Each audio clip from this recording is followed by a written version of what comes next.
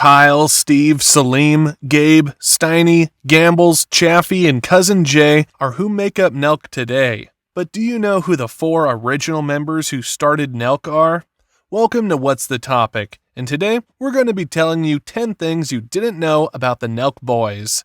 Let's start off with what Nelk actually stands for. It's an acronym for the original pranksters that Kyle was friends with back in his freshman year of high school. Nick, Elliot, Lucas, and himself, Kyle. He said that he was just thinking of a channel name and thought of his friends at the time and put their letters of their first names together, and it spelled out Nelk.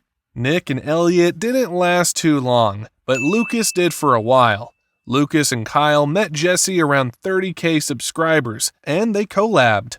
Jesse actually had a show on MTV called Careless Teens, and that's how Kyle knew him. But other than that, they all grew up in Canada and filmed pranks there as much as they could until they decided to move to LA because of the trouble they were getting into. And unfortunately, Lucas ended up leaving Nelk in 2017 because he didn't want a bad reputation and just pursued a regular 9-to-5 job doing a trade, which unfortunately for him was bad timing because a little later on in 2017 is when Nelk really started blowing up and hit 1 million subscribers. Another member that was a part of Nelk for a long time was their cameraman 905 Shooter.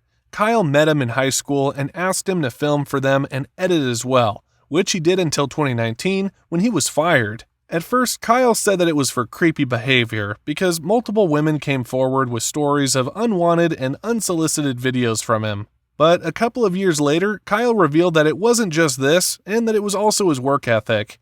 Kyle stated that 905 Shooter was lazy and he kind of took things for granted because he came on at an early level. Apparently, he didn't even know how to edit before he joined Nelk, and Kyle taught him how. Although he understood why he was fired, he later joined the Full Send podcast to try and defend his actions. He argued that he was put into a position where he was talked into becoming a different person. He quote-unquote said he was sort of groomed into becoming a frat boy, binge drinker type, where it felt cool to be part of that lifestyle.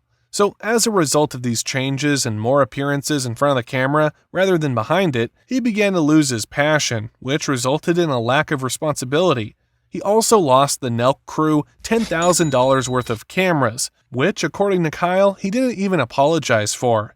Clearly, the bridges have been burned between them, but 905 even said that if he had the choice to come back, he wouldn't, because he doesn't think it's a right fit for him. And something sort of similar actually happened with Jesse as well, around 2020 to 2021. Fans were noticing around that time that his presence in the videos were dwindling down. At first, Kyle said it was due to Jesse being burnt out, but a couple years later in October 2022, Kyle confirmed in a Full Send podcast that Jesse still owns a part of their brand, Happy Dad, but he has stepped away from the Nelk Boys.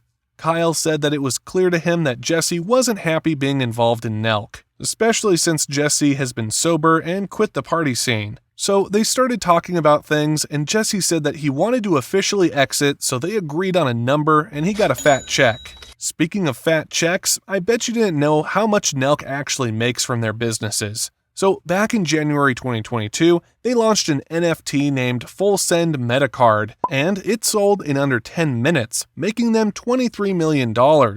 They also make about $50 million a year off their Full Send merchandise alone. Kyle also revealed in an interview with Theo Von this year that Happy Dad is worth around $250 million. How much is your business worth now? Do they say that?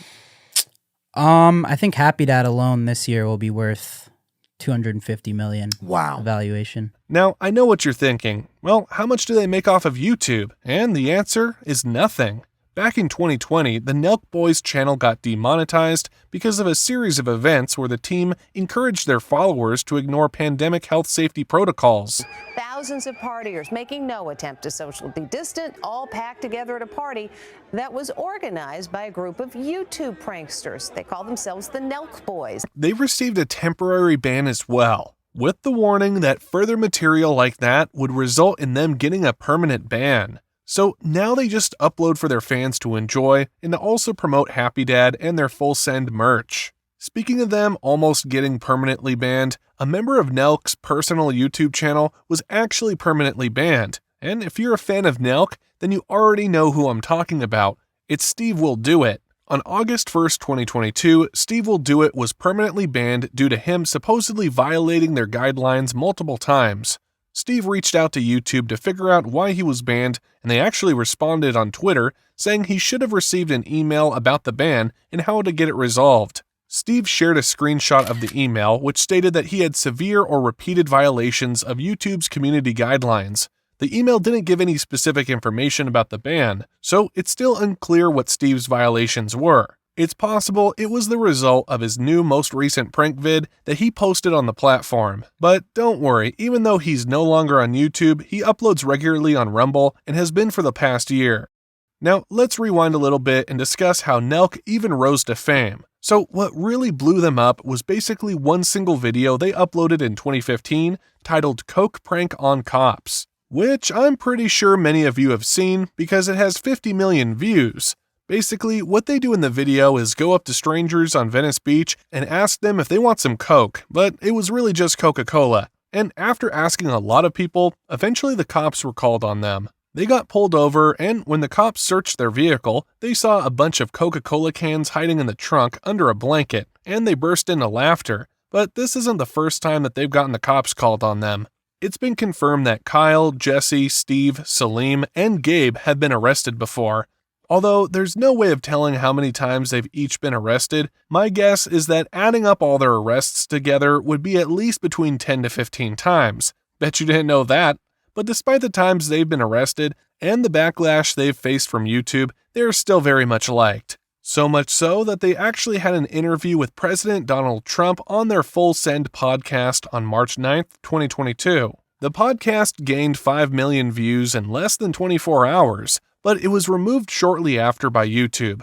Their reason being that Trump violated their election integrity policy. But even though it's not available on YouTube, you can still listen to the podcast on Spotify and Apple Music. Now, last but not least, Nelk is actually good friends with Dana White, the chairman of the UFC. Dana has been featured in multiple Nelk videos and even gifted Kyle $200K for his birthday. He was actually the one who helped the boys get the interview with Trump. Him and Trump both love and support the Nelk boys and give them the praise that they got from their fans, and frankly, they deserve it. If you enjoyed, let us know in the comments, and tell us which fact you didn't know about until after watching this video. Also, make sure to like and subscribe.